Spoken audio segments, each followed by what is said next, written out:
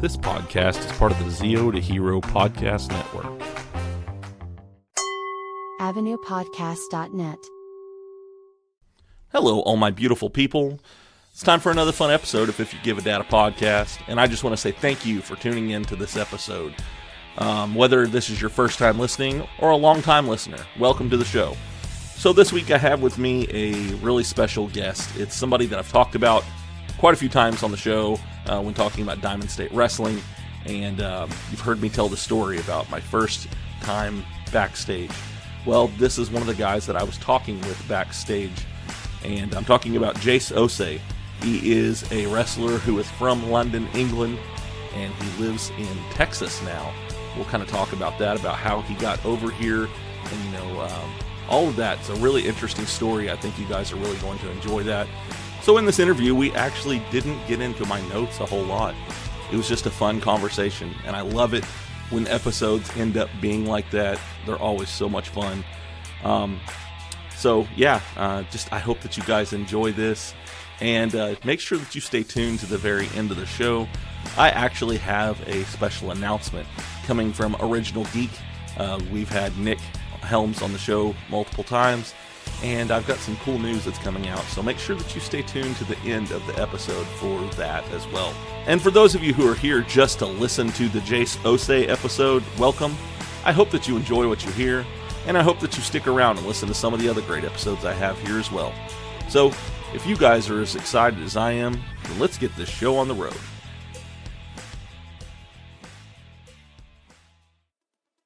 If You Give a Dad a Podcast. You're bloody welcome! Hey, Dad. If I get my hand stuck in a pickle jar, I'm straight up bull in a china shop, just swinging around. Started writing songs when I was about 12 or so. Seriously? They're retrofitting me now, and I'm like, yes, finally. I've also had the opportunity to go train with Hoist Gracie and Dan Severin. Wow. I like that. That's different. It stands out.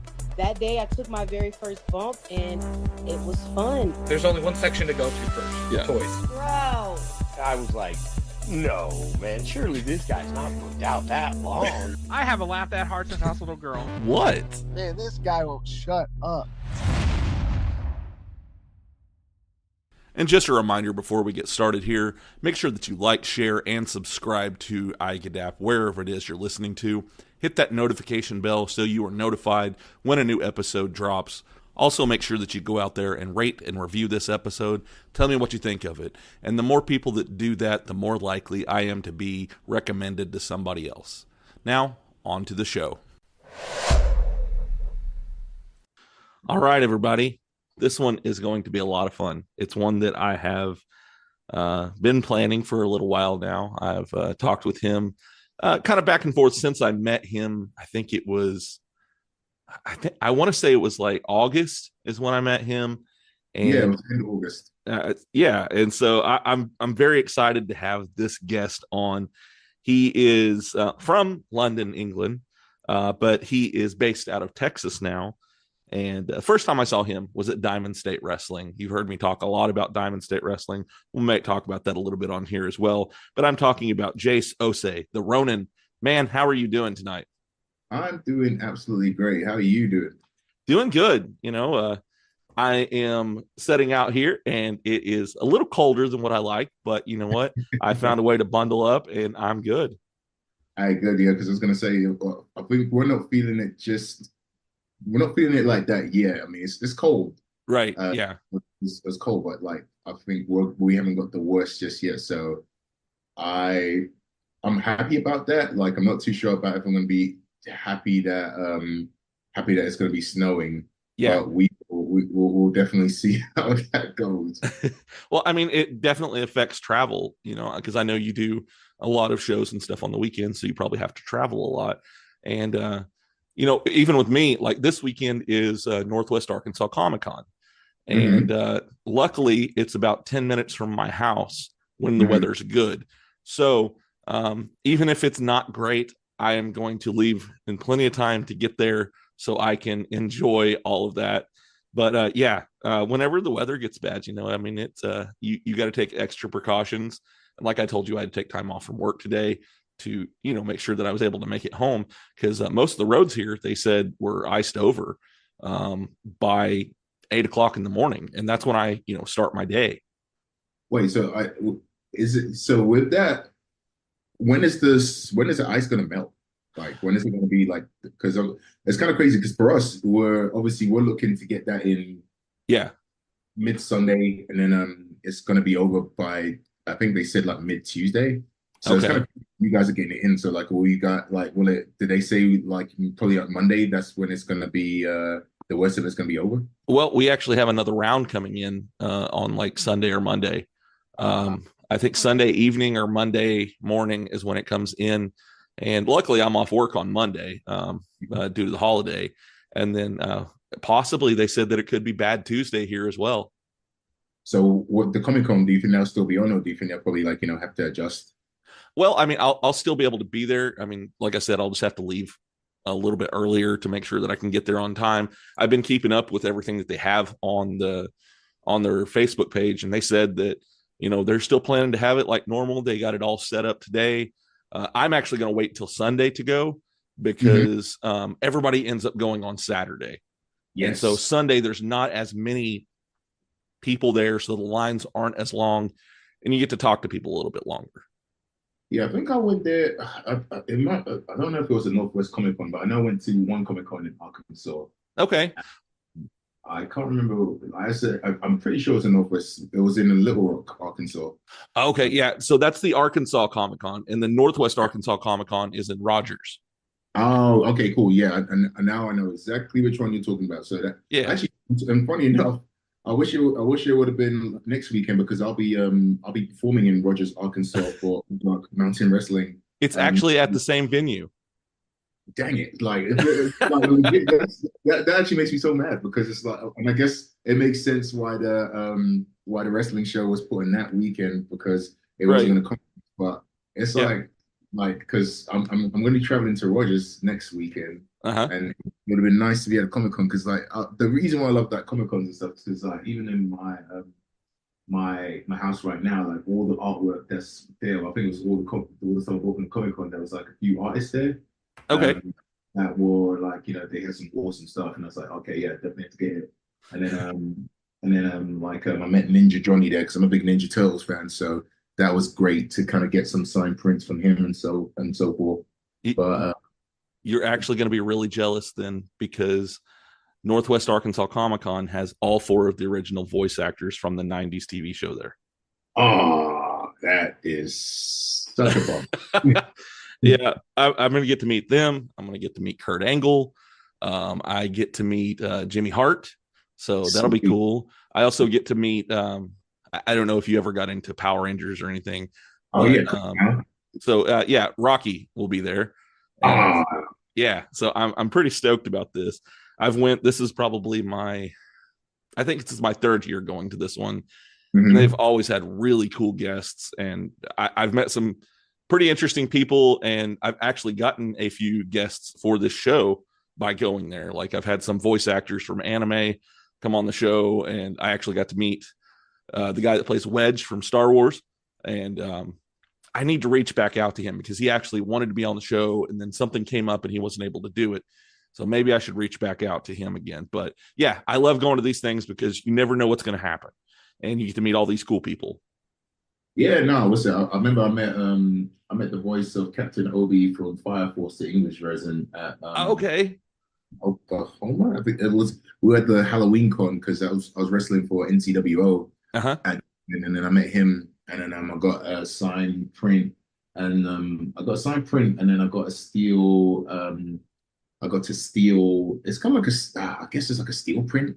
If I showed you, you'd know exactly what I'm talking about, but essentially it's like a metal print. Okay. And it was cool, because like Fire Force is like one of my favorite mangas and one of my favorite animes. So I was absolutely stoked, because I've never seen like the Comic Cons that you see like most of the kind of like standard stuff like wrestling and Teenage Mutant Ninja Turtles and obviously Power Rangers, and obviously it's great because that's like stuff from my childhood which I love seeing and so forth. But then when you start to see like like some animes which are probably not as that are probably like lesser known, because everybody knows like Dragon Ball Z, and then obviously the ones that are mainstream right now. Right. But like this Fire Force hasn't got that kind of like hype like that. So, you know, it was kind of cool because it's like, oh, sweet. This is something that I watch, and you know, something that like, you know, I kind of like understand.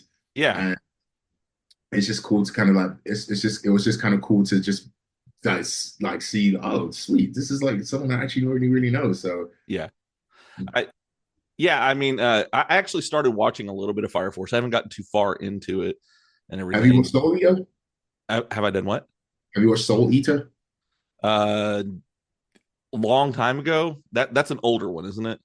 Yeah, but I would say without ruining it, like pay close attention, because like by the end of the Fire Force series, it's gonna like, if you watch Soul Eater, it's gonna just blow your mind. Like, you know, that's just like it's really gonna blow your mind, because it's like you're watching it and you kind of think to yourself, okay, cool, and you're like, oh, what? Like I did that. So literally, like, yeah, like, and the thing is, if I kind of went more in depth in it, like literally spoils it. So I don't want to spoil it for you. Like, you know, like, I mean, and the thing is, I don't think Fire Force, they got through season 2, and I don't think they're even close to where, you know, that like where it's at yet. So I don't, because I've got pretty much most of the manga collection here. I think I've only got a few more volumes to I complete my Dragon Ball collection. Okay. I'm waiting for the next volume of Dragon Ball Super to come out. Starting my One Piece collection. I got Eden Zero. What else I got here? Demon Slayer, Jujutsu Kaisen. I think I'm waiting for the next volume of that. But my Fire Force one is pretty stacked up. So, you know, I'm trying to go. Oh yeah, and Boruto. Like the Boruto manga is absolutely amazing. I ain't gonna lie to you. I've actually heard that. I know. I had a guy tell me that he preferred it over Naruto. Yeah, I think it's like Naruto was like amazing. Don't get it twisted, but it's just like by the time it got to the end, I thought that like it got, what's the word? It got a little bit ridiculous, because it's like it almost got like Dragon Ball Z, where it's like just very overpowered. Very overpowered, or just like this hero just can't be beat, and it's just like, okay, cool, like, you know, like, look, rather than like finding ways to level this guy up to like, you know, where he's just like pretty much like, you know, like there's no enemy that can beat him. It's just like at least get like enemies that are like, you know, kind of like more on their level. Right. And I think with Boruto, it's such a riveting story, because number one, you don't have like the overpoweredness.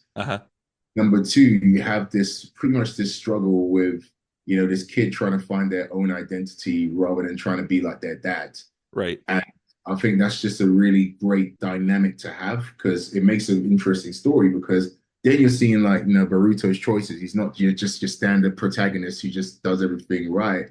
Yeah. It's one of the things where he does some questionable things, and you, as a protagonist, you know, you kind of like, you know, people can relate to it, because it's like, you know, like, yeah, he's a little bit human, because you know, when you're kind of like watching Superman, it's like Superman is a great hero, and you're like, oh yeah, I like watching Superman, but he's not relatable, because it's like this guy, like, he's an alien, and he's an alien, and also he's just like, you know, he's just like so prim and proper, and it's like, wait, dude, do you like not like have like, I mean, I can't believe that you just came from another planet. Yeah. And you are like just so you just know our custom so well. And I think that's why I love, like, for instance, like Invincible, which is obviously like a, you know, kind of like a parody of that. Yeah. Omni comes, and Omni-Man is like Superman, but like, you know, it's like different, because he comes and he's just like, I really don't care about humanity. And my thing is just to conquer the planet, which is more realistic. If an alien that's that overpowered came here, I don't think he's trying to, something he's trying to, you know,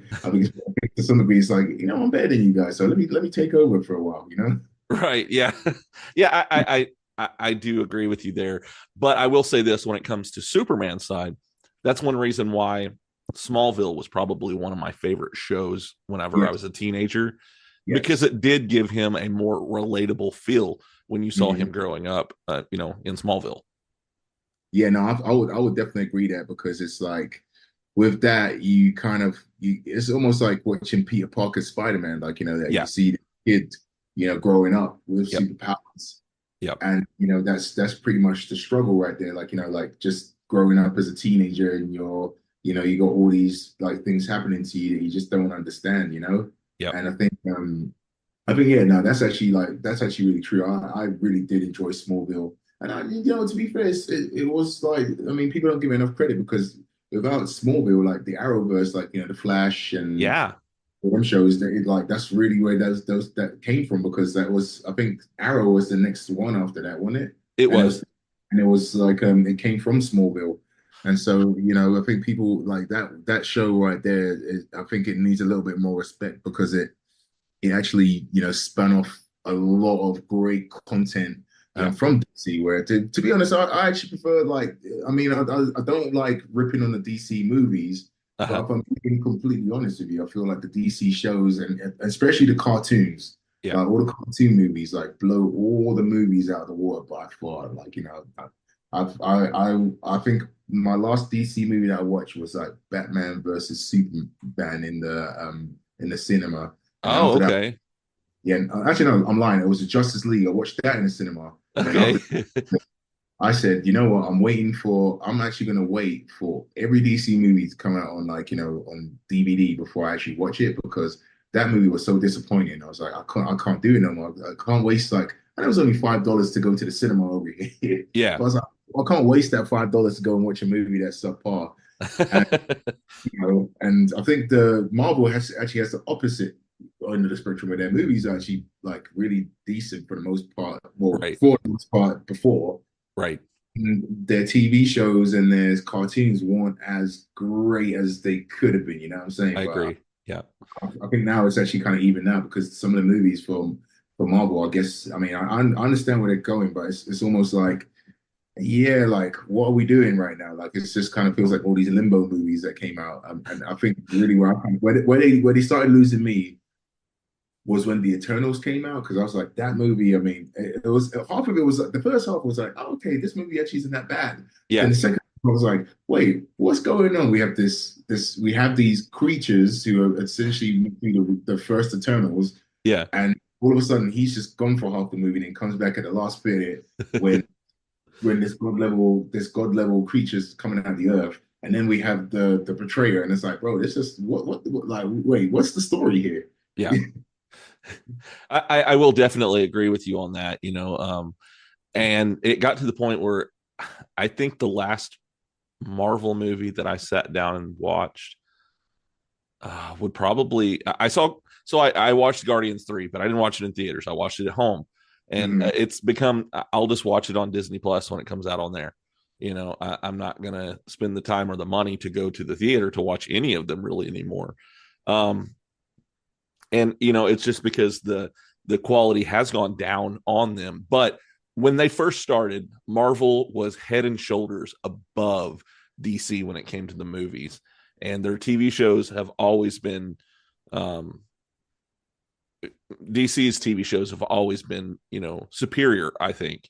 And, I mean, you got multiple seasons of the Arrow, and that was, they said, okay, we were able to get 10 seasons out of Smallville.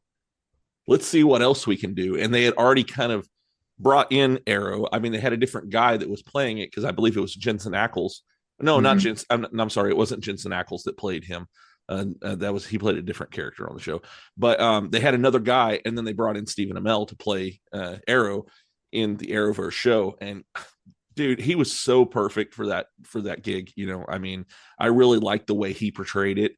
And then you had your spinoff shows. I really liked The Flash. Me and my son really got into it. That's where my son figured out that The Flash was his favorite superhero, and then, the TV shows were great. Towards the end, though, there's some of them I kind of tapered off with, but there was one that there wasn't a lot of talk about.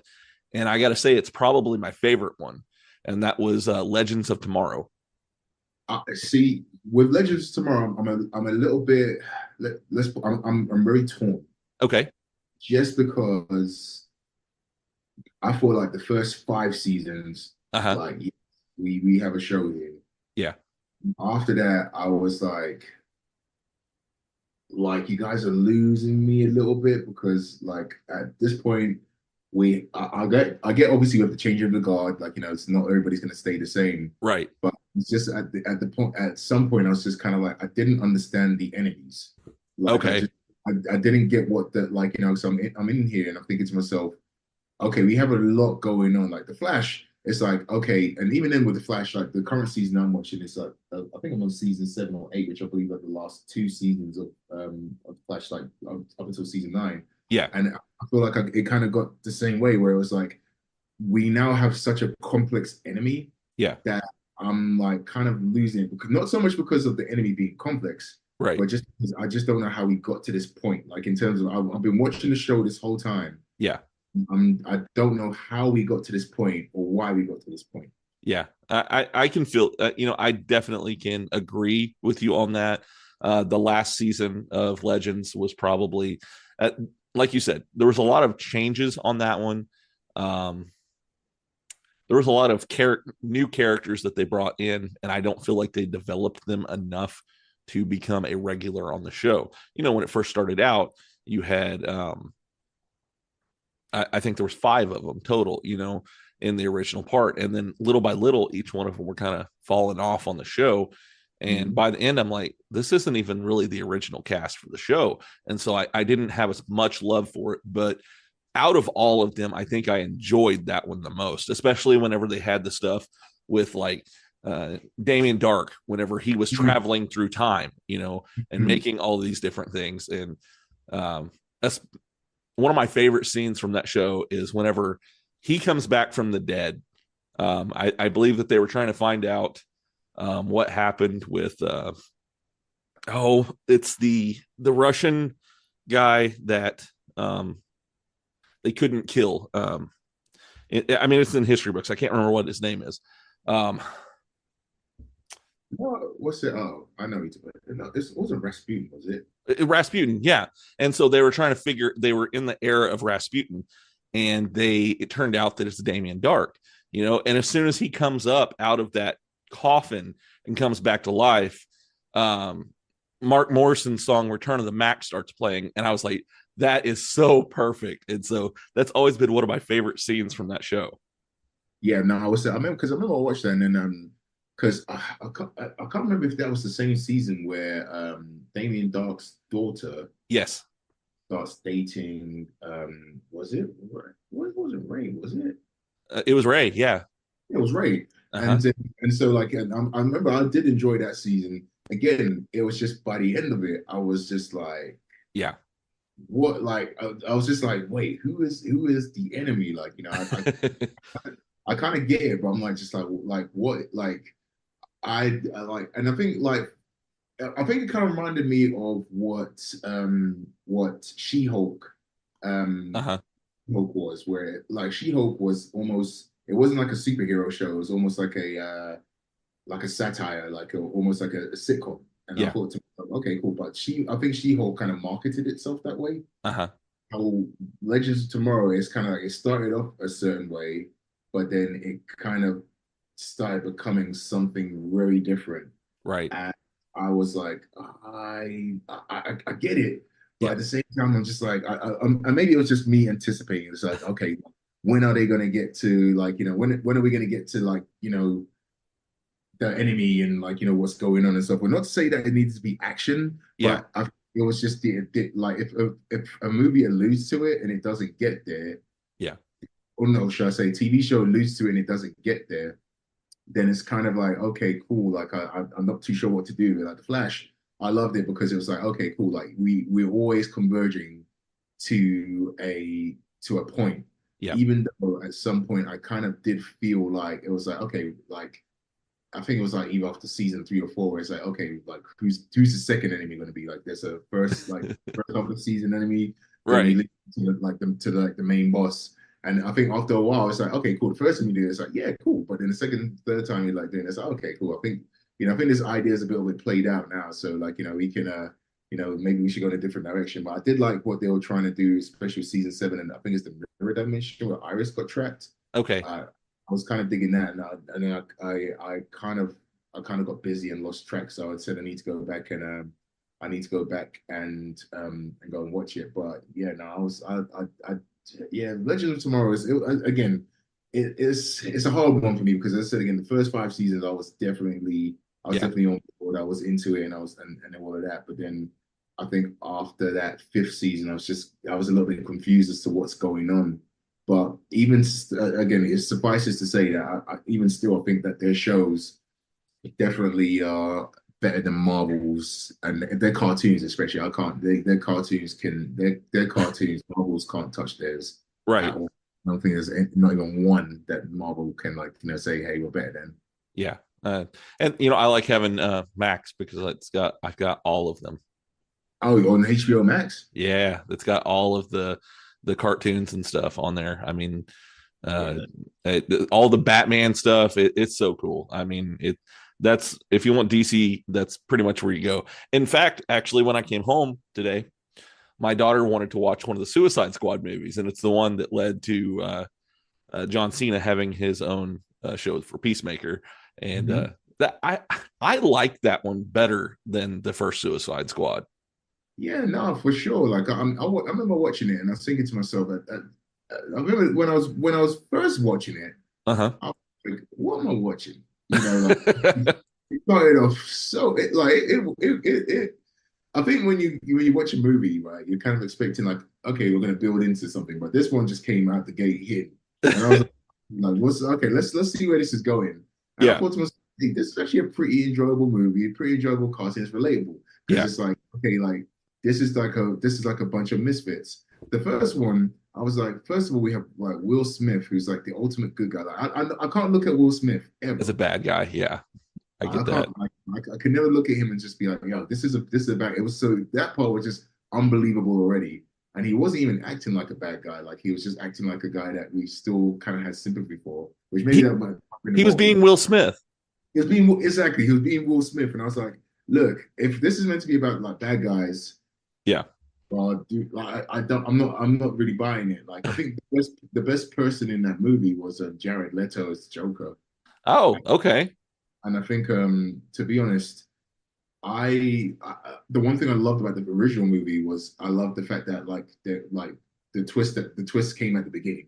Yeah, where I was like, okay, we thought that this was, and then all of a sudden the bad guy is actually one of the heroes, and it's like, oh, okay, I can definitely get behind that. Right. And it wasn't a bad movie, but it wasn't like a good movie at the same time, you know? Yeah, yeah.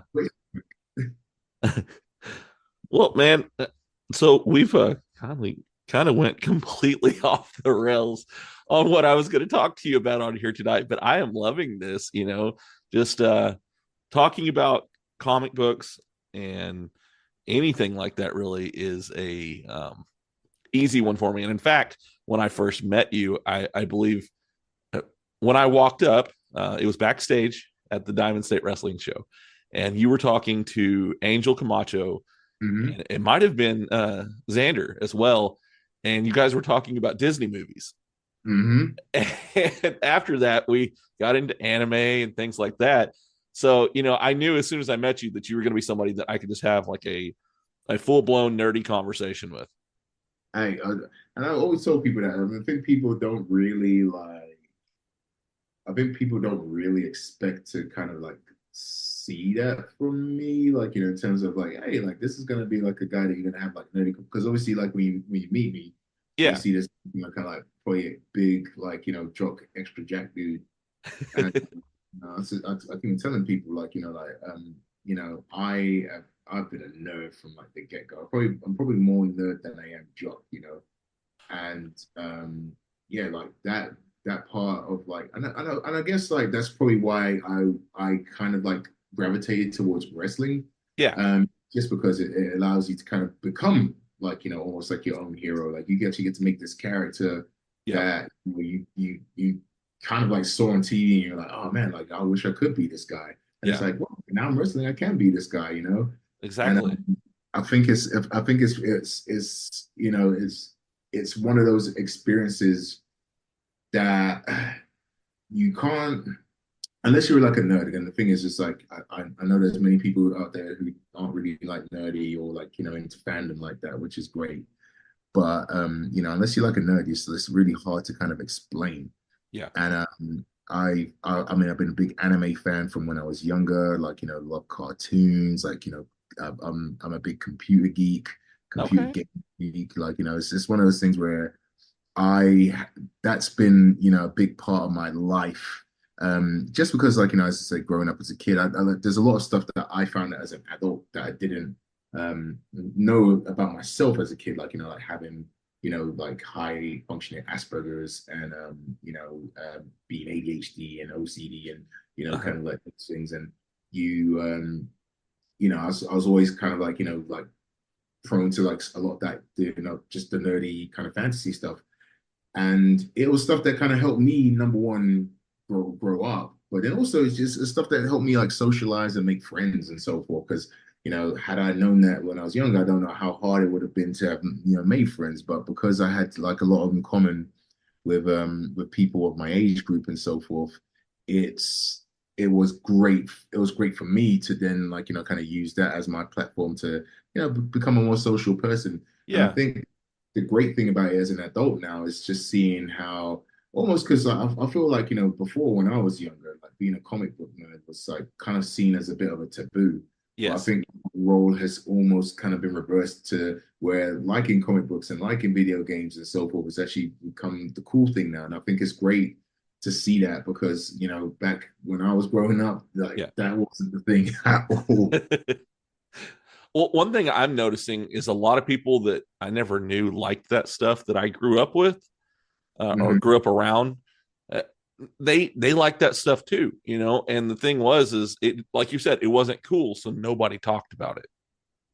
And I think I think that's what I've noticed, especially like it's kind of crazy how many people you meet that, hey, I am into anime, or I am into this, or I'm into that, or hey, you're into this, or you're into that. And it's like, wait, hold on a second, I would have never guessed. And it's like, yeah, of course.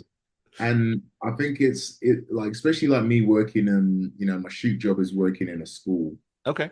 When you kind of like around a lot of the kids and so forth, there's a lot of kids who kind of like, are nerds and they don't feel like they found their place, but then, kind of like having an adult where they're like, oh, wait, this guy understands this stuff. He understands comic books and so forth, and almost kind of like making it feel like, hey, it's okay to be a nerd. It's okay to kind of like know this stuff. It's not like you're not weird, Yeah. I think that is a big deal, because it's, it is its own little world. And I think the adults who actually put a lot of time and attention into making this product, it just kind of shows that the imagination of the human brain and like the things that we can create. Like, I mean, like right now I've got in front of me my Star Wars Visions book, and that's one of my favorite series. Yeah. And it's just even just looking at the creativity that went into that, and just seeing like, how some anime artists were able to take like one of the greatest series of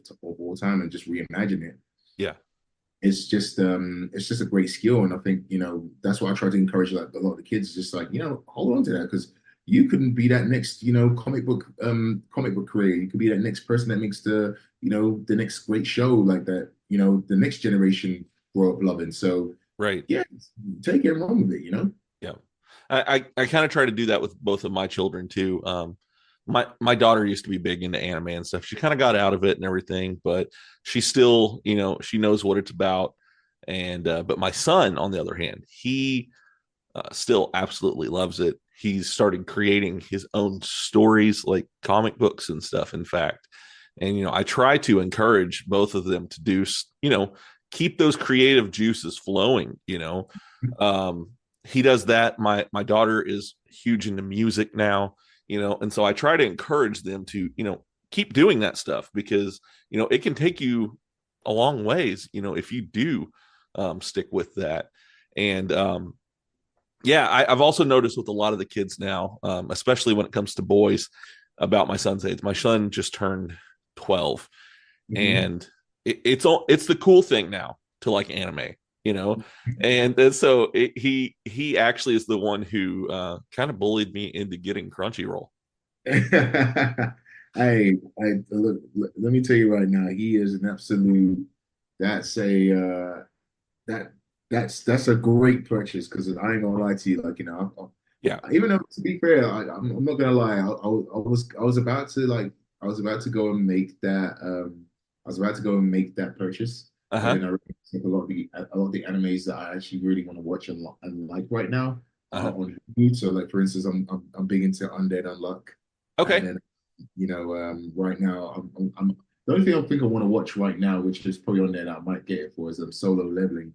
Just because one of my cousins kind of told me about that, and I was like, okay, well, let me see what that's all about. So yeah, now your son has definitely got the right idea on that one. Well, for what he did, the reason why is because he watched. He was such a big at the time. He was a big fan of My Hero Academia, and season 6 had aired, and he went ahead and watched it in subs. And I can't do subs. I can't. I'm missing something if I'm reading and not watching the TV. So I was like, I'll wait till it comes out on Hulu. And he's like, no, just go ahead and get Crunchyroll. They already have it dubbed on there. And he just kept pushing me to do it. And I'm glad I did finally. So that way, because he wanted to talk to me about, what was happening on the show. So that's been our little anime that's kind of bonded me and him. And it's a great anime to bond over too. Like I remember when because I used to be I'm still a big manga reader, and I remember I saw it as a manga coming out on the Shonen Jump app, and then a few I can say at this point I used to read it on a few bootleg anime sites, not anime, but a few bootleg manga sites where they used to have a lot of scanlations. But I never really kind of thought anything of it. And then one of my friends was like, yo, there's this new anime that's out and it's called My Hero Academia. You should watch it. And I was like, I guess I've seen the manga, but I don't know if it seems kind of kiddie, but let me go and see it. And then I watched it and I was like, oh no, this is actually pretty darn awesome. Like this is it's really deep, and I think it's definitely one of my favorites right now. Yeah. I can't wait for the new season to come out, but I guess they have to kind of wait for the manga to kind of get ahead before they start bringing that out. But again, another one of those shows that, and it kind of reminded me of another one that I like, Black Clover. Love Black Clover. It's a phenomenal series. Yeah. Hilarious. Yes. Oh yeah. Asta, he cracks me up, man. Especially, he'll just go straight into working out and stuff, especially in the earlier seasons and stuff. And yeah, that show's great. I started watching that one before I even started watching My Hero. And so whenever I switched to that, I saw the similarities between them, but their stories do differ a lot, but they have a lot of similarities as well. Yeah, and I think they because I remember, actually, funny enough, I don't know if you watch it, but there's I'm pretty sure you probably do, but Death Battle that comes out on YouTube from Screw Attack. They actually did a battle between Asta and Midoriya, and it was a pretty interesting battle actually, because it was taking them both kind of because they're similar characters in terms of story. Essentially, it was just kind of taking them both and seeing who would win in the battle.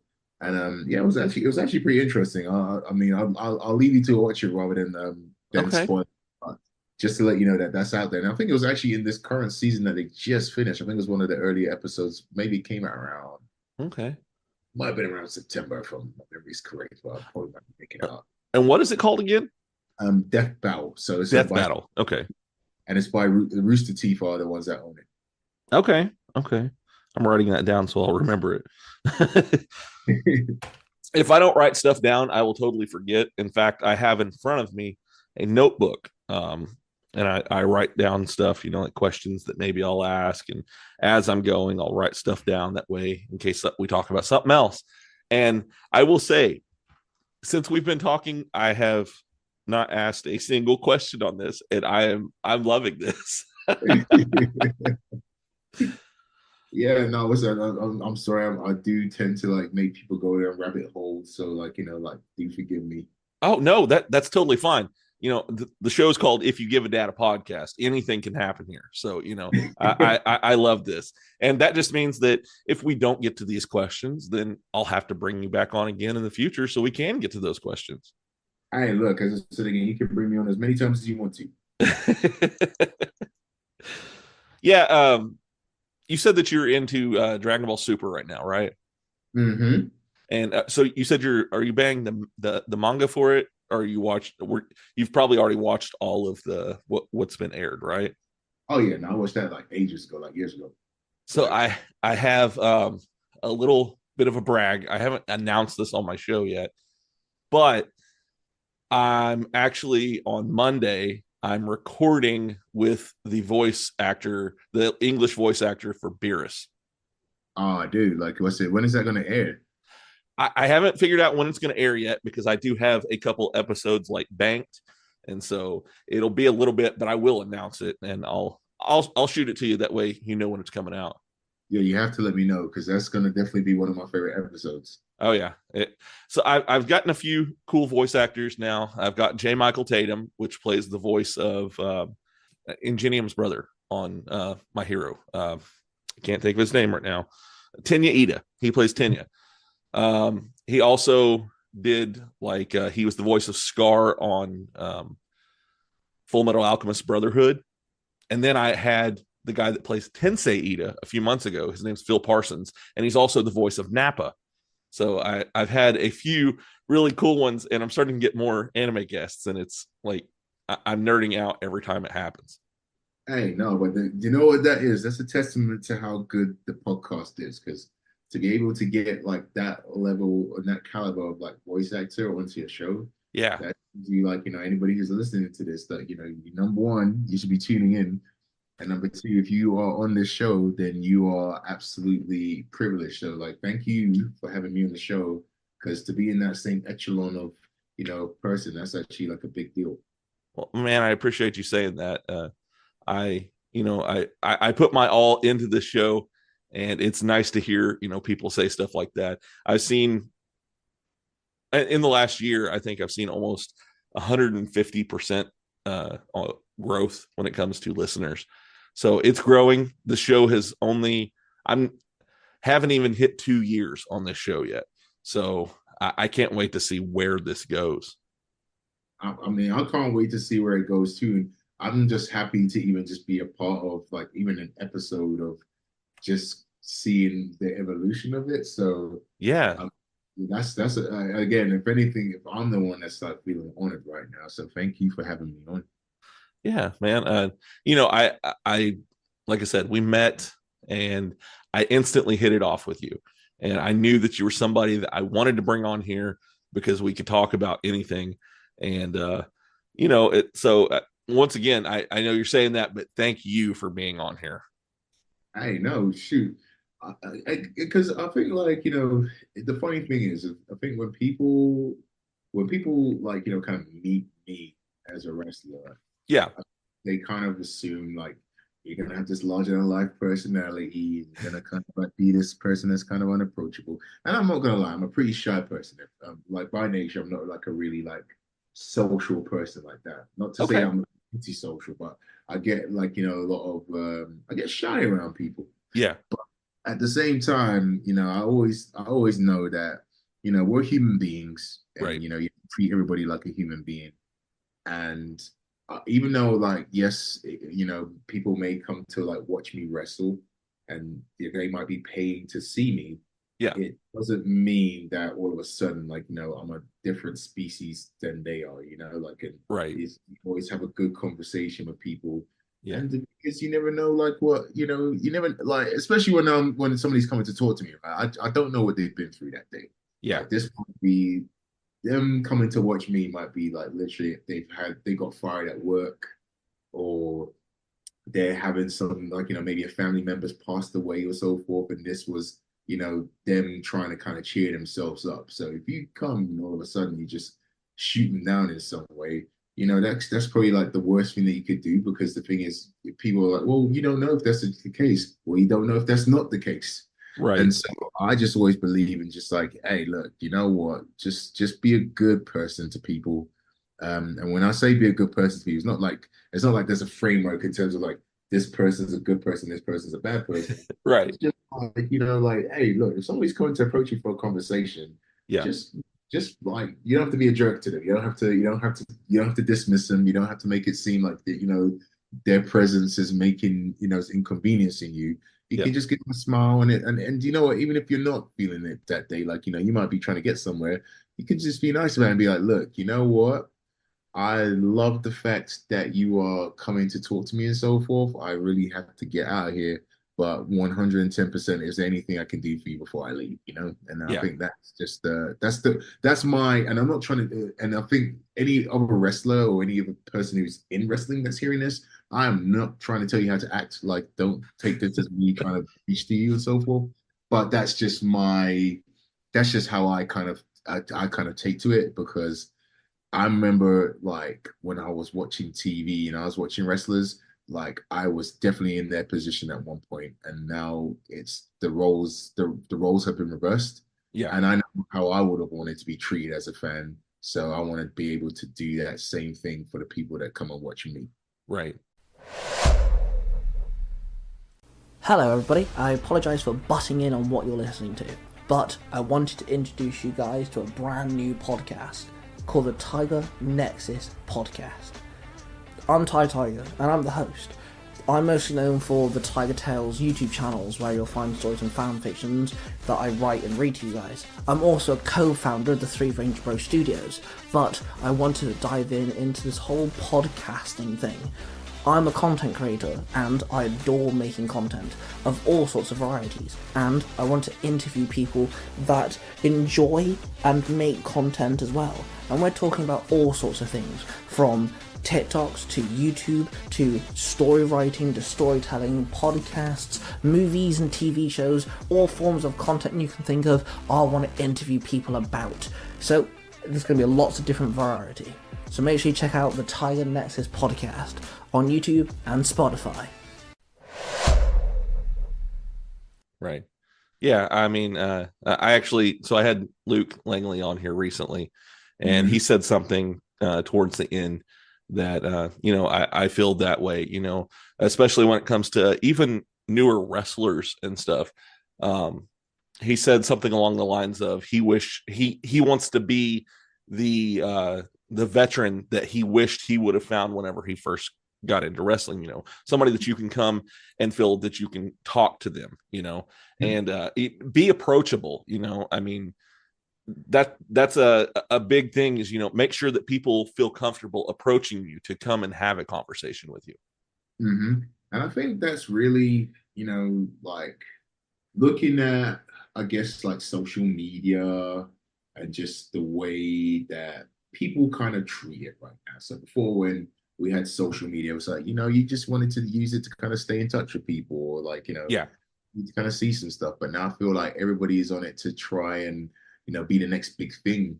Yep. And what I've kind of realized is that it does make people unapproachable in certain ways. And I think, it's a shame, because like Luke Langley said, sometimes, especially when you're starting out in the business, you want to be able to know, like, hey, I can be around people that, like, are safe.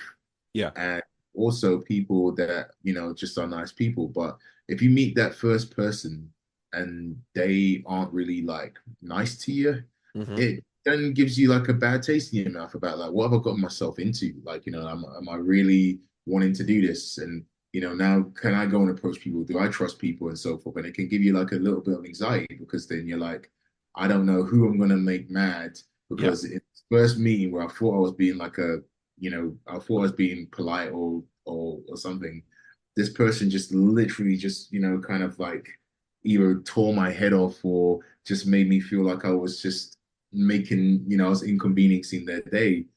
And again, it's not to try and tell people how to act and say, like, hey, like, you shouldn't do that. But it's one of them things where it could be it's a learning lesson, or something to kind of learn, because it's if some people have a bad taste in their mouth about the business, and we have to kind of look at ourselves and ask ourselves why, like, how are we acting, and in saying that, the only person that you can really look at is yourself. So I look at myself. I don't really judge anybody else and say, like, oh, well, this person acting like a jerk. I look at people's actions and ask myself, wait, if it's an action that I saw and I wasn't really, like, feeling it, is that how I'm acting? Because if that's how I'm acting, I need to check myself. Right.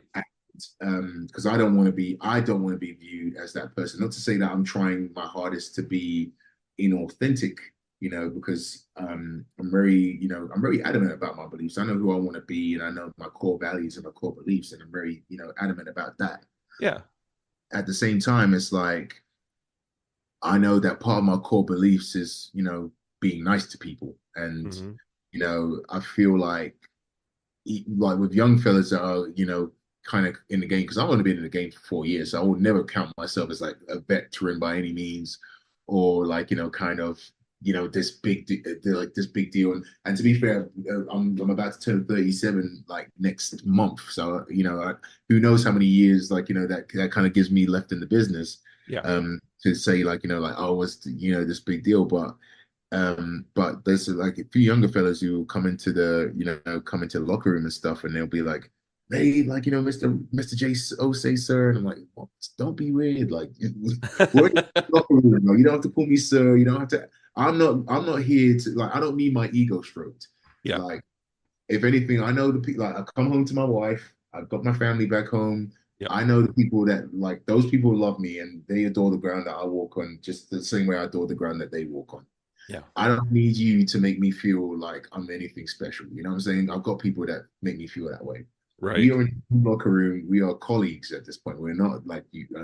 I'm not your superior. I'm not your boss. I'm not paying you tonight, so you don't have to call me sir, because you're not getting any money from me.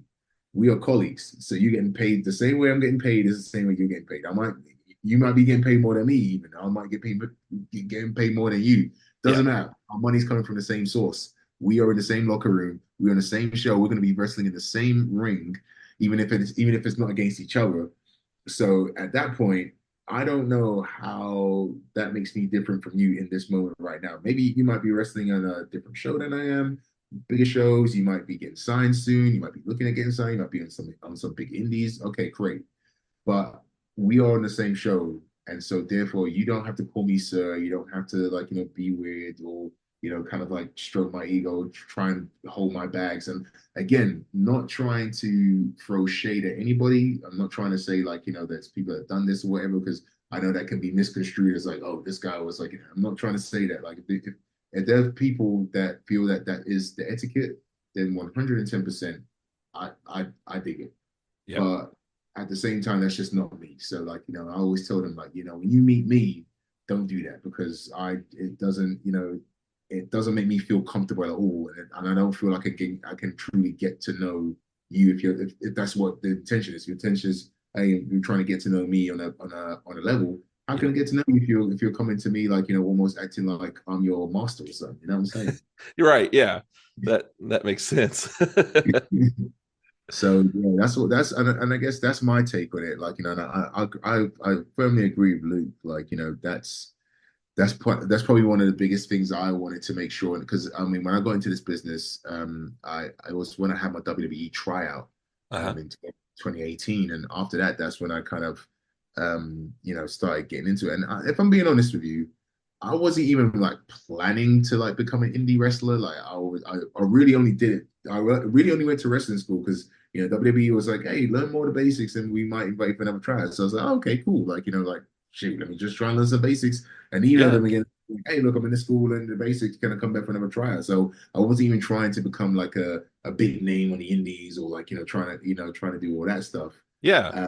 But it just so happened that's like my pathway led me to being an indie wrestler. But even having been in that environment of like being at a WWE tryout, when I and that being my first experience of the wrestling ring, it humbles you, because you start to learn that that if you don't know how to follow instructions, and if you don't know how to humble yourself and say like, hey, there's somebody out there that can teach me more, then if you're trying to make it to that level of the business, you probably won't make it, because that's really what they were big on. Like, when I was in there, and it was kind of crazy about, they're very meticulous about like the basic details, and you could convince yourself, oh, like, they're trying to look for this and that. And it's like, no, they're trying to look to see if you can like roll and run the ropes in a safe way, like the way they tell you to do it. So if you can't do it, then they're not even trying to see what the rest of you can do. It's like, hey, we tell you to flip lines like this, we want to see it like that. We tell you to roll like this, we want to see it like that. We tell you to run the ropes like this, we want to see it like that. Like, if we don't see it like that, then it doesn't matter if you can do a 450 off the ropes. It doesn't matter if you can do like, like the best power slam or something like that. We don't care, because the basic stuff that we're trying to teach you, you can't do that. And that's what we're trying to look at. And that's why you see more and more inexperienced athletes getting those shots at the WWEs because they don't know any better. So like, if we tell them to do that, they're gonna do that.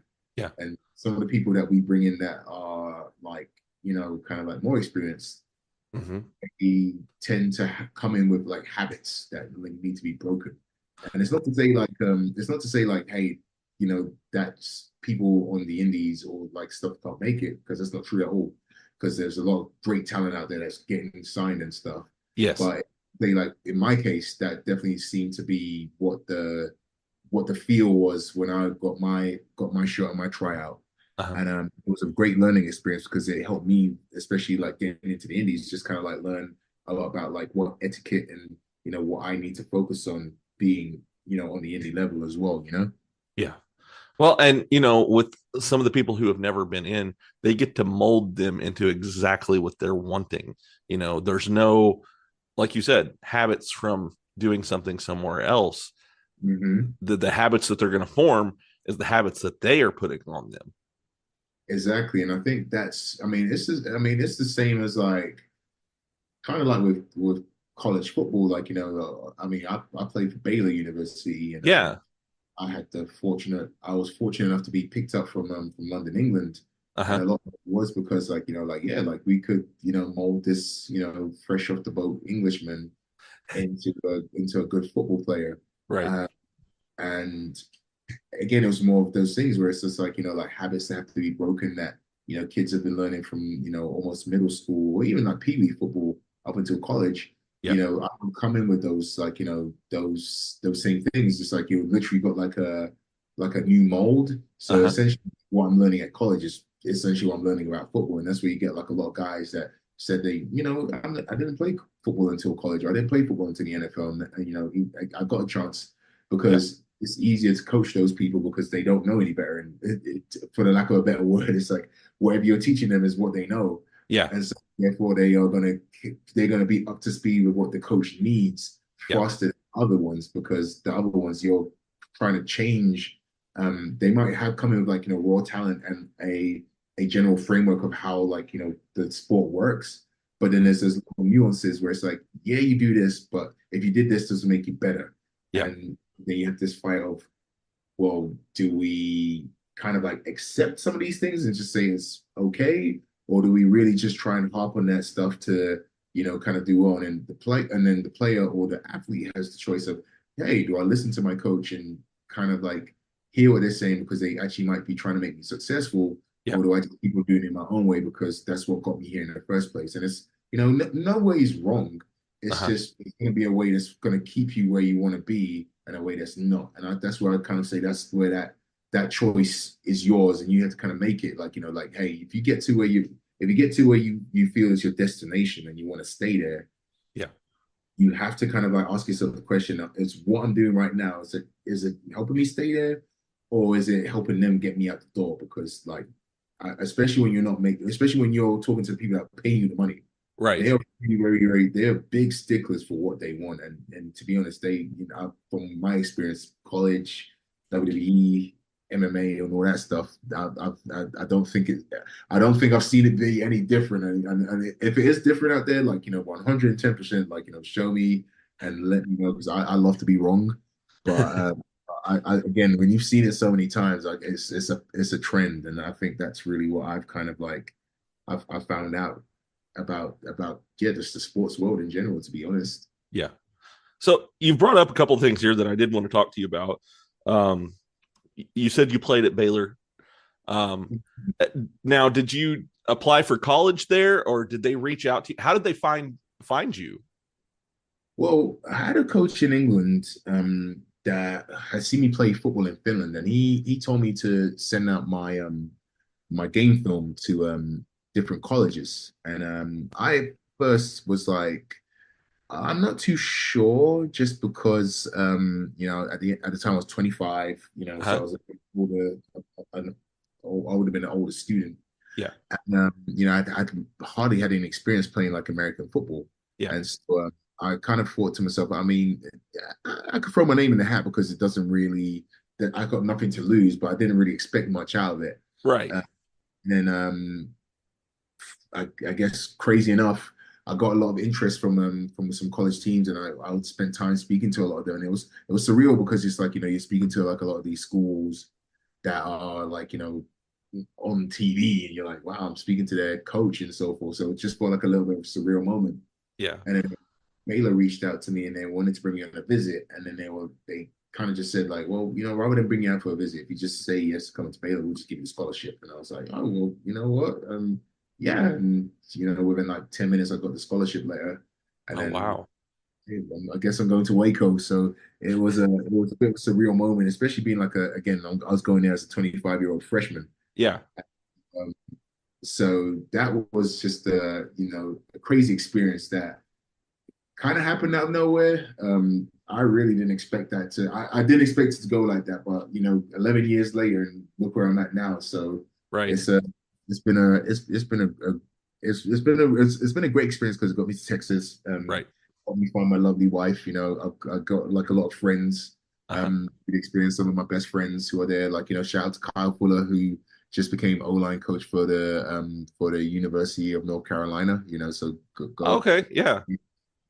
And so it's again, and the funny thing is, and I say this because I'm a big believer in Christ, so I'm a Christian by faith, and it's not to say I'm coming on here to make people a believer or say like, hey, like, my friend Jesus, like, that's not doing like that. But again, when I kind of think about the route to getting here, it like, I can't really, like, it's a highly unlikely story, and I think anybody who you ask about it, my friends, I got a lot of friends who don't share my same faith, which is fine. Like, I've got a lot of friends of different walks of faith.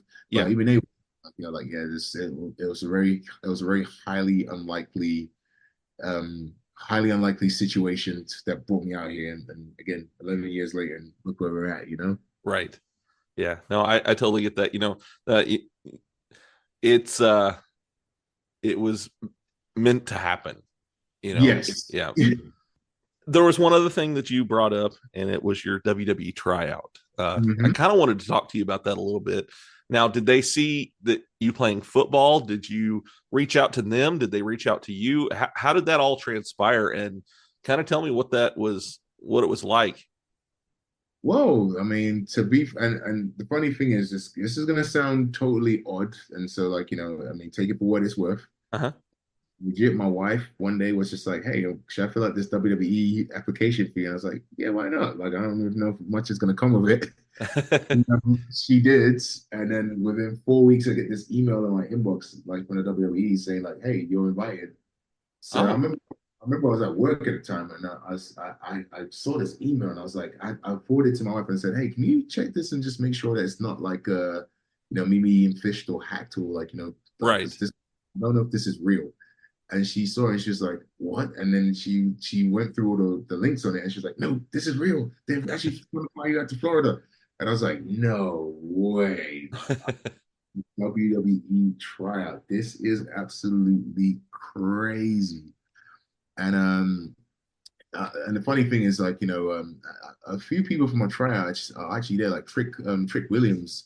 He was actually in my tryout, and it's great. It's great to see a lot of people who I tried out with, like, out here making it and doing great things, and like, shout out to all of them, to all those people.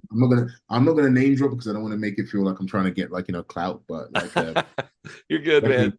Yeah, I'm definitely happy for all of them that are making it, and it's a great experience to kind of say like, oh man, like, they like, I know exactly where they came from, and the fact that is awesome. But with the tryout, it was a 3-day tryout. We were in Orlando, Florida, and it was pretty much an all-day thing. Like, we were there from like, gone 6-7 a.m. till about like 4 o'clock in the p.m. Like, I'm talking like, we were rolling in the ring. We did a weightlifting session, like, we did, and it was like 3 days. Like, we did like one session in the morning, probably had like a little break for like lunch or some stuff, had another session in the afternoon, had another little break, then there was another session. So it was those, like, and that was my trial. I don't know, I can't speak for what the trials have become, or like what they're like now lately, but that was when I tried out. That was what that was like. Yeah. And my biggest advice to anybody at that point was like, look, if your cardio, look, if your cardio is not on point, and they give you a try, don't even bother showing up, because you will get like absolutely toasted, because it's no joke, man. I saw people quit from the warm-ups. That's how crazy it was. So your cardio has to be on point. Oh, That wow. is a non-negotiable. I'm pretty sure that would still be the same case today. So to anybody listening who's wanting a tryout or intending to go to a tryout, and you're lucky enough to get it, I'm telling you right now, like, just work on your cardio. Like, I mean, yes, skills, all that that's great, but cardio, like, because I'm telling you right now, it's not for the faint of heart. Like, they will put you through your paces. You're not going out there to be treated like a star. You're going out there to earn you're going out there to earn a job, and they will make you earn every piece of that job. Yeah. But in the same way, it was a fun experience. Like, again, great experience that taught me a lot about the wrestling world. As a fan, it gave me a different appreciation for the product that I watched. And as an athlete, it gave me a great appreciation for like what the wrestling business is, and what we do. And so, like, that's why, I kind of took the approach that I had, where like everybody kind of asked me like, oh, you train a lot and so forth, in terms of like, obviously the ring work, right, and kind of keeping my body fit. And it's like, yeah, like, because I mean, to be honest, if you don't, like, it's like, especially if you're trying to go to the highest level, you'll get left behind. And so, like, I always tell people, like, like, you have to kind of take care of your body, in terms of going to the gym, getting a gym membership, running, cardio, like, having a decent diet, making sure you're recovering, making sure that you're kind of like doing everything you can to, kind of like give your body the best chance of having longevity. Right. Because especially if you make it to that level, you have to kind of like set yourself apart and be different. Yeah. And when you look at like some of the wrestlers who are like, for instance, like the Finn Balor's and the AJ Styles, who are, pretty much mid-40s now, I believe, for both of them. Yeah, and look at the conditions that their body are in, like, in terms of you wouldn't be able to tell. And right. that's a testament to the work that they put in. And that's really where, when I will always tell people, when you're looking at wrestlers, look at wrestlers like them, because that should show you the kind of level of like dedication you should have if you want to business. And because those guys, again, mid-40s, and you don't, until you kind of like think about it, you don't even like, kind of like register that, these guys are, what we would say like older, but they're moving like, guys that are half their age, and I think it's a great thing to see. And obviously, like, like look at the younger talent, because that's, they're there for a reason. But at the same time, it's kind of like, do you want to be in it for like a short while? Or do you want to be in it for like a really long time? Yeah. And it taught me the importance of, hey, this is it looks flashy, but there's a lot more that goes into it than we see. Yeah. Yeah. It takes a lot of self-discipline to be able to stay at that level, like you said. Oh yeah, no, for sure. And I think even when you talk to some of the vets who I had the great chance of being in the locker room with Gangrel. Yeah. And he again, like, when you kind of like talk to him, and even just seeing the fact that, like, I think he's like 50 still wrestling. Right. And, yeah. Just the fact that, again, he can still move. Yep. And when you kind of see the things that they kind of value to stay in the business, it's just it's a humbling experience, because it's like, sometimes we come into it with these, kind of concepts in our head. And then when you kind of see the people who have pretty much made it to where a lot of us want to get to, and the way they kind of talk about it, you're like, it gives you a whole different perspective, because it's like, okay, I was thinking about it in this way, but now they're showing me it from a different side. And when you approach it from that different side, now you can kind of see like, okay, cool, like, I think that this is making me better, but truly this is making me last longer. And that's it. Sometimes the long game is really what it is. It's like, yes, we want the best out of you now. Yeah. But when we kind of think about it, do we want to get the best AE for like a year and a half, or do we want to get the best AE for like a good 4 years? And that's really where investments are made. And sometimes it's just comes down to looking at how are you living, like what are you doing? Like how are we seeing you live? And that's sometimes how those companies make their decisions. Yeah. Hey, listen! My name is A Crown, and if you enjoy fan fiction, be sure to check out The Author's Crown. We have stories from all kinds of franchises like DC, Power Rangers, and Transformers. But wait, there's more! We also do original crossovers you didn't know you needed. Head on over to YouTube and search for The Author's Crown today. So, man, we are actually coming up close to a close on this one. And, I've had a blast talking to you. And we're definitely going to have you back on because we've got a lot more that we could talk about here. But I do have a few more questions before I get you off of here. Do you have any things that are coming up that maybe you want to talk about? Yes, so for sure, if you're in the Arkansas area, especially the Rogers area, please come out to Ozark Mountain Wrestling.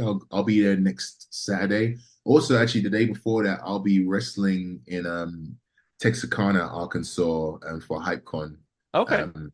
A few good matches. I know I'll be facing Gideon Vane on the Friday. And then I'll be facing, I believe it's Dean. I can't remember his last name. Tommy Dean. Tommy Dean, yes, yeah. Tommy Dean. And that's going to be a good one. Like, oh yeah, that's a bad dude right there. So definitely, I'm going to have to keep my head in the swivel for that one. But I know Ray Fury is going to be on there. Obviously, Ivan Warsaw and Rodney Mack, and then Dak Draper from NWA. So yeah. Some great names there. So if you're in the area, definitely do that. And I know next month I will be at APW, and also I will be at King of Wrestling. Wrestling pretty much close to my hometown. Well, I say hometown, but where I live, Sulphur Springs. And we'll be wrestling at Cumbie. So that's pretty much what I've got coming up for the next couple months. And then, we'll just go from there and see where we're going. All right, man. So if people want to follow you online, how can they do that? At the Ronin Jase Osei, that is my Instagram. That is my Twitter. On Facebook, I'm Jase Osei. My Facebook page is the Ronin Jase Osei. And then I get on Twitch. I haven't been on there lately just because I've been so busy, but I think I'm going to get back on there pretty soon. Okay. And so if you want to follow me on Twitch, it's the Ronin Jase Osei. And just a disclaimer, the 2 games I'm going to be playing for the most part will be the Ghost of Tsushima. I'm going to complete that, and the first Spider-Man, so then that way I can actually go and get Spider-Man 2. So if you don't like those games, don't watch. But if you do, then definitely watch me on Twitch. All right. What's your favorite game right now? Oh, dude, to be honest, I got 3 right now that I am really hot on, and obviously aside from the 2 that I told you, yeah, I've gone back to playing the original Kingdom Hearts series, and I was like, I can't, like, even though the voice acting is terrible, I'm like, this game is like pretty awesome. Yeah. And then also, I'm not gonna lie, I'm playing OG Dark Souls, and that game is like 110% really, really, really, really good. And I'm surprised it took me so long to actually get into that game because I've got Bloodborne on the PlayStation, but like that game is like phenomenal. So I'm still, even though I'm getting like absolutely annihilated like pretty much all the time on it, I'm playing that and I'm loving it. And then also my favorite game like right now, is the Octopath Traveler. I'm on the second one, and if you haven't got that game, if you got Nintendo Switch, actually no, I think it's on pretty much most consoles now. If you haven't got that game, okay, you're an RPG fan, you need to play that game. Which one was that again? Octopath Traveler. Okay, I'll have to look. I don't know that one. Oh, dude, trust me, go Google it. Like, to be honest, it's not like it's like it's not like it's like I would put Zelda in there, like, but I haven't played none of the new ones because I've been trying to complete other games before I get into that because I know Zelda is gonna like pretty much take all my life away. Yep. Like the Octopath Traveler, like it's one of those games where it's not like I wouldn't say it's like a game where like there's like special graphics or anything going on, but it's just really, really, really engaging, great story, and it's just like a nice little what do I say? It's like a nice little homage to like the old OG Final Fantasy and all those RPG games. So if you're like an old soul at heart, this is your game. Okay. Well, I know you posted something not too long ago about playing the new Final Fantasy game. Oh yeah, dude! Like Final Fantasy 16. The only thing I hate about it is, and this is the reason why I hated the Final Fantasy 7 remake. Like it's a great game. Like don't get me twisted. But I just feel like it doesn't have that same essence that Final Fantasy 15 had, where I feel like it almost kind of feels like I'm being told what to do in the game as opposed to like playing the game. Gotcha. And that's the only part I hate about it. But other than that, like it is a pretty phenomenal game. Did you get the remake on Switch? No, I actually got the remake on PlayStation 4 and PlayStation 5. And I think the second half of it actually came out recently, didn't it? Yeah, I think so. I got it on the Switch and I've been playing it.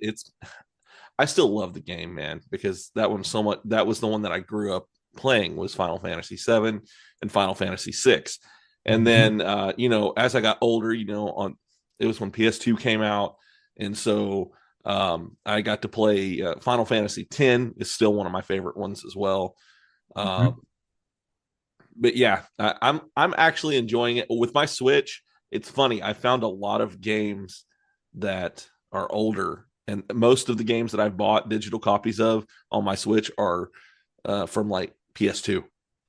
Oh, dude, like I wanted to get the Metal Gear Solid collection, but then I kind of got mad because I got that because I still got my OG PS Vita. I was like, if I buy that again, I'm gonna be mad because my PS Vita is like still like alive and kicking. Okay. So I was just kind of complete on there, but then also like I've been like actually started playing Earthbound on the Nintendo Switch the SNES emulator. Yeah, okay. I ain't gonna lie to you, like again, another game that I think if you haven't played Earthbound and you get the chance to play it, not you, because I'm pretty sure you must know, but if you're listening to this and you haven't played that, please play that game because that game is like, if you like Pokemon, and you don't like this game, there's something wrong with you because I think that Pokemon definitely is a 100%. They stole everything that they do from Earthbound. Great. Well, were you a Pokemon guy at all?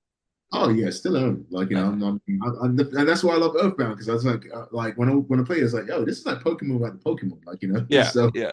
110%, like and I said again, I wish there's some games that like I'm so mad at myself because it's like I don't know why it took me so long to get into it. Yeah, but I said to myself as an older man.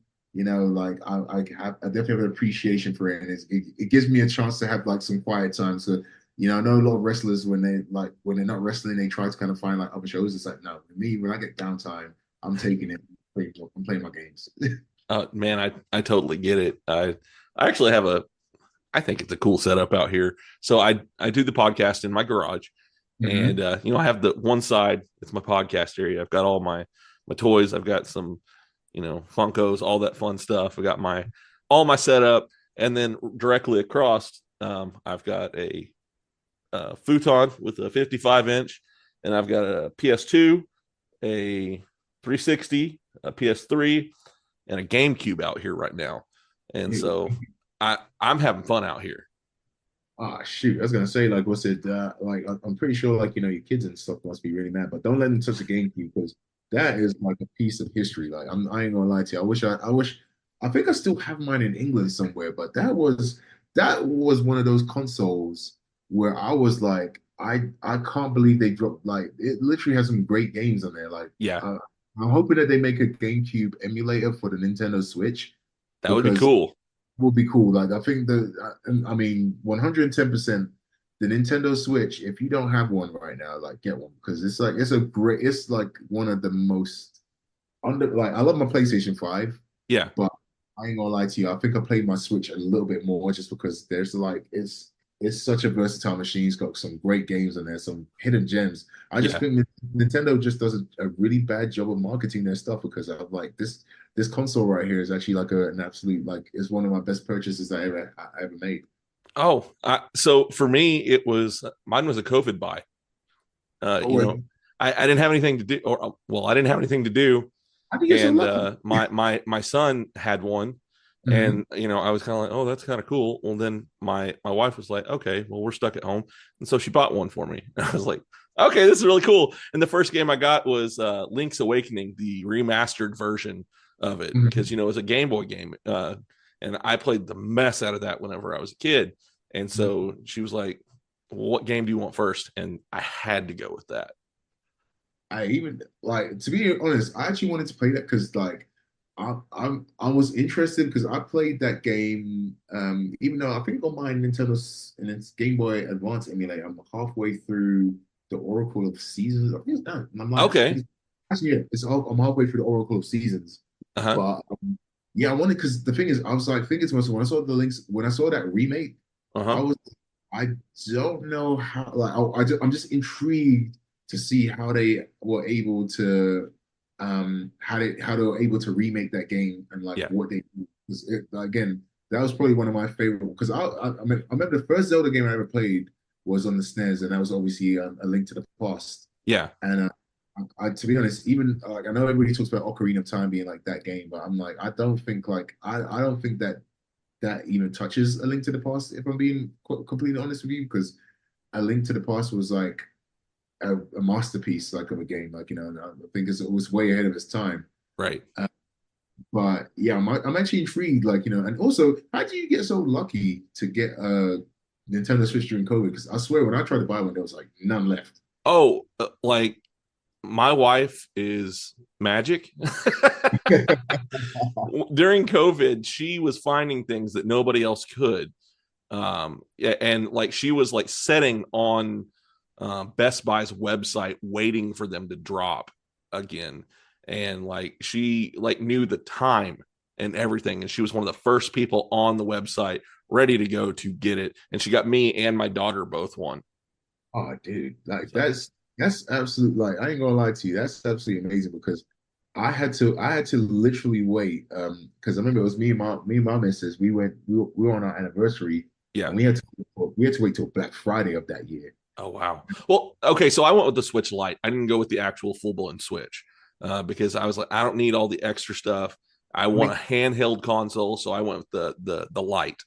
I mean, to be fair, I couldn't even find it. Like, as I said again, like when I tell you, like I tried to order it, like whatever kind of Switch I could get. Yeah. I tried to order it and I couldn't get it. And the one that I got was funny because we went to Best Buy and I bought I bought a DSLR camera, and then I was looking in the back because we were at the pickup section. And I was looking there and I saw like it was an Animal Crossing Switch that was right there. Yeah. And I was like, and so I forced myself to ask the question. I was like, hey, is that Nintendo Switch for sale? And then the lady, and it was brand new as well. And the lady was like, actually, yeah, like funny enough, like, it is for sale. I was like, can I buy it right now? And she's like, yeah. So I bought me an Animal Crossing Switch. Nice. And I'm like, legit, I tell you right now, it was one of those purchases where I was very, very lucky because I hadn't got that. Again, when I checked online, like after that for like any store, even Amazon, it was like, so that like legit, I got like Best Buy's last Nintendo Switch, and I was like, okay, cool, that I'm taking that. That's really cool. So it's funny you say Animal Crossing. My wife is still addicted to that game. I want to get it. Like I haven't. I was the reason I wanted to get it, but there was so many other games I wanted to play first. Yeah. So I was like, like the thing is, games are not cheap. So I was like, all right, what do I do? So I said, eventually I'll get to it because everybody who's played it has said it's pretty cool. Yeah. And Super Smash Brothers was my first purchase. I had to get that because I'm a Super Smash Brothers guy. Period. Like I'm getting it. And so when I saw it, like, I ain't gonna lie, that kind of made me want to get it even more because the characters in there, the Animal Crossing characters in that game are so broken. It's kind of crazy. Like they're so strong. I'm like, why are these characters so hard to beat in this game? So like, let me play this game and see why these guys are like this. I like because they're just so overpowered. It's just crazy. Yeah. My son, so he has a 64 in his room. Mm-hmm. And so we have like the original like Super Smash Brothers game on there. And, I schooled him on it quite a few times to the point to where like he's made it like his mission to like be the best at it. And so he has that, and now he has the one for the Switch, and he's like, come on, play me, Dad. I bet you can't beat me now. So but I love Super Smash Brothers. That's fun too. To be fair, like I think to myself, that's like it's a game that it's a game that I don't think it's like even Street Fighter, Mortal Kombat 1, love them. Yeah. Pieces. I don't think anything can touch Super Smash Brothers, man. It's just like this. It's a game that's just got it's got its charm. It just does its thing, and I think it's just much. Yeah, like there's nothing that can beat it. Like in saying that, probably might even gonna have me a few games of it. Like after we get off this. we do have one out here that me and both the kids like to play, and it's the same. It's a fighting style game, and that's the Injustice game. I used to be able to beat both of them, and now they have by far surpassed me on playing Injustice. They know all the combos, and it's funny because when my daughter gets on there, she will play, she'll beat you twice, and she's like, okay, I'm done, because she doesn't want to lose. Hey, shoot, I will be the same way. And to be honest, I kind of got halfway through the first Injustice game. It was actually really good, and I got the second one because it was free. Yeah. I got something like if you look at my collection, like I think my wife told me you can't buy no more games until you complete what you have. So that's what I'm trying to get. And I mean, because the next game I wanted to buy was like the Mega Man collection, the Mega Man and Mega Man X collection. Yeah. And can't be able to complete what you have. And I was like, yeah, that's a fair shot. And actually the game. No, I'm lying. I said that the next game I was gonna play was gonna be Spider-Man 2. Before I played Spider-Man 2, I actually finished Sonic Frontiers. So if you follow me on Switch, the next game after Spider-Man and Ghost of Tsushima will be Sonic Frontiers. So okay. That game, and I need to actually beat it. So all right, man. Well, yeah. We could probably sit here and talk about this stuff all night. I know what I was gonna say. Yeah, so I do have just two more questions for you before I get you off of here. Do you have any advice for somebody who's maybe just starting out in wrestling? Yeah, I mean, the biggest advice is this, man. Just don't lose sight of who you are. Yeah. And really just have a true north. So know who you are before you get into the business. Know who you are while you're in the business, and know who you're gonna be after you get out of the business. Because I feel like it can feel like it's a murky business to get into. Like, and I say it's a great business to be in. Don't get it twisted, but I feel like some people kind of get a little bit disheartened, thinking that they have to change parts of who they are to make it. And I would like to say that you don't necessarily have to do that. And also, it's not good to do that, because the thing is, like, you've got friends and so forth who love you for who you are. Right. So we kind of do that and work hard. Like, I think you can't get no about working hard. And if you have a good coach who's telling you what to do, just pin your ears back and listen.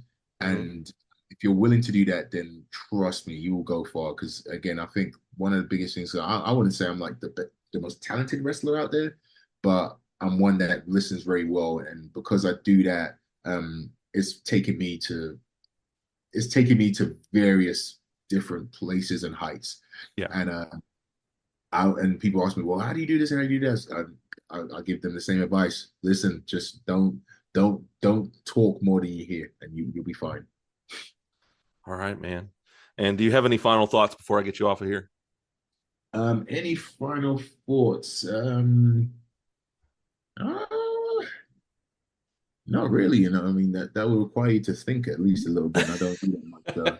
I'm not gonna lie to you. But no, I think in terms of final thoughts, like, guys, if you're a wrestling fan, if you're an anime fan, all that stuff, keep up with it because trust me, like there is some great content out there, and it is definitely the time of us being like the weird nerds is over, and we are actually the cool guys. So if you're that person, then just rest assured that you're a good crowd. All right. All right, man. Well, it's been great talking to you, and I can't wait to get you back on the show because this was a lot of fun. Hey, shoot, I can't wait for you to have me back. Obviously, like, like you need to tell me to shut up at some point, and then No, man, this is good content. I ain't gonna do that. Hey, no, what's it? But yeah, no, shoot. I said again, you let me know anytime, man. I'm definitely stoked to be back on. All right, man. Well, you have a great night, and I will talk to you next time. Hey, you too. All right, I'll speak to you soon. All right, bye-bye. Hey, listeners. I'm glad you're enjoying what you're listening to. I'm Billy from Zero to Hero Podcast. I'll always be joined by Jim, and me and him are the Vulcan Skull Podcasting. Definitely, if you love what you're listening to, then come swing on by Spotify, Apple Podcasts, anywhere that you find your podcast, we'll be there too. This is Mark, the Red Cornish Ranger, and one of the 3 Range Bros studios, along with Tiger with Tiger Tales on YouTube, Cosplay Dude 637 with Storytime and Universe 19, and my podcast, Nerds Through Comics. Also, check out the Zero to Hero Network with Zero to Hero, hosted by Billy and Jim, the Vulcan Scholar Podcast. Ben, the Baker Ranger, with Baker Ranger Movie Talks, plus the partners of Zero to Hero. You can check them all out on TikTok and Instagram.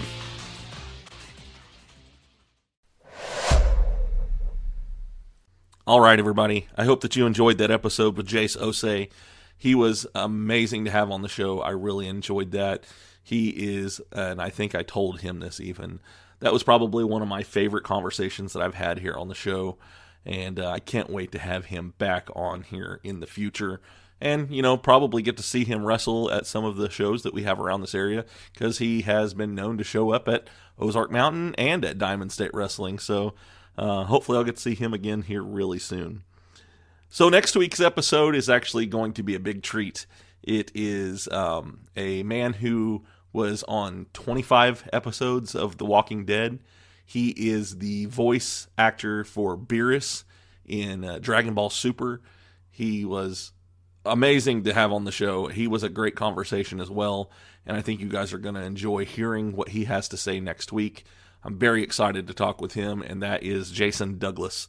Look up his IMDb, even, because I was going through, and I said this in our conversation you'll hear next week, I didn't realize how many things he had been in. He was in No Country for Old Men. He was in Into the West. He was in Secondhand Lions. He was in all kinds of stuff. I mean, the guy's been in just about everything. He was in my favorite anime, Full Metal Alchemist Brotherhood. So, yeah, this one's going to be a lot of fun, and I can't wait for you guys to hear it. So make sure that you tune in next week to hear that one as well. And as you're waiting, make sure that you go out there and follow my podcast networks that I'm a part of, the OIW Podcast Network, the Zero to Hero Podcast Network, and the Avenue Podcast Network. While you're waiting on new episodes of I Get Apt to drop, make sure that you go out there and follow them, show them some love as well. So, you have seen my newest thing that I have out for merch. I can also do that in a shirt, a t-shirt, a long sleeve t-shirt, a hoodie, any of those things. Just hit me up, let me know what size you want, and we will get that sent out to you. They are $35 shipped. For local pickup, it's $30. So if you want one of those hoodies, hit me up. Let me know. If you follow me online, you'll be able to see what I'm talking about. I was able to post it out there. It's I'm pretty proud of it. It's a really cool thing, and I should have another t-shirt coming out here very quickly, so make sure and stay tuned for that as well. It's going to be a lot of fun. It's kind of a collaboration between me and another guy, and so yeah, make sure that you go out there and get you some merch, whether you get it from me or if you go to my wife's page, Cups and Teas by Stasha, which I'll have a link to hers in my show notes. you can find my stuff there or with her. Just make sure that you get you some merch, that way you can show people, hey, I like this show and you should listen to it too. Okay, so you know that I said at the beginning of the episode that I am going to have a piece of news to be bringing you guys when it comes to Original Geek and Nick Helms.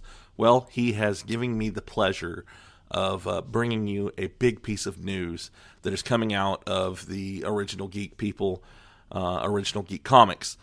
When it comes to the 8th Day Issue 1 comic, I know that you guys are waiting for it to come out at the beginning of February, and I do have a bit of news there. It won't be coming out till the end of February now. However, the reason for that is because this is going to be a double issue. So you're going to get twice as much of this awesome content if you can wait just a little bit longer. And I promise that it's going to be worth it. I am so excited about this. I can't wait to read this first issue of the 8th Day. I've talked to Nick about it. I've had him talk to me about it on the show. We're actually doing a live podcast at the beginning of the month in February at the Neo Show ArtCon, where I'm going to be talking with them about what's going on, their process, their writing process, and we're going to get into the 8th Day comic, and kind of maybe what to expect with that and everything. So we've got some really cool, awesome things happening when it comes to Original Geek, and with If You Give a Data podcast. We're able to do this collaborative project, and I'm very excited about it, and I'm super excited about getting a double issue of the 8th Day comic. So, yeah, that's the news that they gave me, and I just want to say thank you to them for allowing me to be the one to break the news to you guys. Also, if you like the way my ending theme song sounds, make sure that you go out there and you follow D-Cure. He is the one who makes it for me. Awesome guy, makes awesome music. I will have a link to his stuff in my show notes, as well as a link to Original Geek in my show notes for all of their great stuff that they have coming out. Also, make sure that you go out there and follow Diamond State Wrestling. They are a local promotion that you've heard me talk about, that me and Jase actually met at. And they are a storyline-based wrestling company. So start at the beginning. That way you can keep up with all of the different stories that are going on. They have all of their stuff on YouTube. There's also the Rare Cut, which I was originally a part of. I helped them start that show. Go out there and follow that as well. They will keep you up to date with everything that is going on in Diamond State Wrestling. So you hear me talking about all this social media. Well, if you want to follow me on social media, you can do it just about anywhere. Just make sure that you go to the search bar on whatever one you're on and type in If You Give a Data podcast, and I should pop up. Also, if you want to send me an email, send it to giveadatapodcast@gmail.com. I look forward to hearing from you guys. If you have requests or questions, send them my way. I would love to answer your questions or try to bring on a guest that you are requesting to have on the show. So, as you're listening to this, make sure that you go out there and you rate and review this episode. Tell me what you think of it. The more people that do that, the better. The more likely I am to be recommended to somebody new. Also, like, share, and subscribe to this. Hit the notification bell. That way you are notified when a new episode of iGDAP drops. I just want to say thank you to everybody who listens to the show. I'm very thankful for all of my listeners and all the people that come back every week to hear what kind of content I have going on. It gets a little nerdy sometimes. It gets a little bit heavy in wrestling sometimes. But you know what? You guys come back every week and listen, and I really do appreciate each and every one of you. I'm excited for the future. I'm excited to see what's going to happen next. And yeah, like I said, thank you guys. But we are at the end of another episode, and it is time for Billy's favorite part of the episode, and that is Dad Joke of the Week. Why did the drum go to bed? Because it was beat. So what do you think of that dad joke, Billy? Well, they're pretty bad. I don't know where he gets these dad jokes from, but the government needs to disable that with saying... Because sometimes they make my head hurt. Did you stroke out? Let me press my life alert button. All right. I love you guys. I hope you have a wonderful week, and I will see you next time. Bye.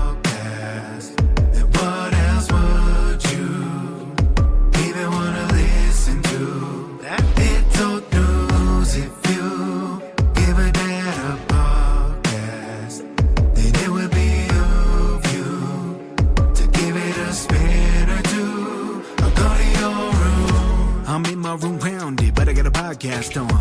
us beautiful people, then tells us who we have on. The best part of my day, the world blocked out in my pods. Tell my friends all about it so that they follow along. And the host is kinda nerdy, but guess what, I am as well. I don't feel so alone and I began walking out of my shell. Heard a story, I need a connection I haven't felt. I'll be looking for the next one, till then farewell. It's the podcast for me. Have it on, better go see. And listen closely. Download and tune in remotely. It's the podcast for me. Have it on, better go see. And listen closely. Download and tune in remotely. This podcast is part of the OIW Podcasting Network. Give a Data Podcast.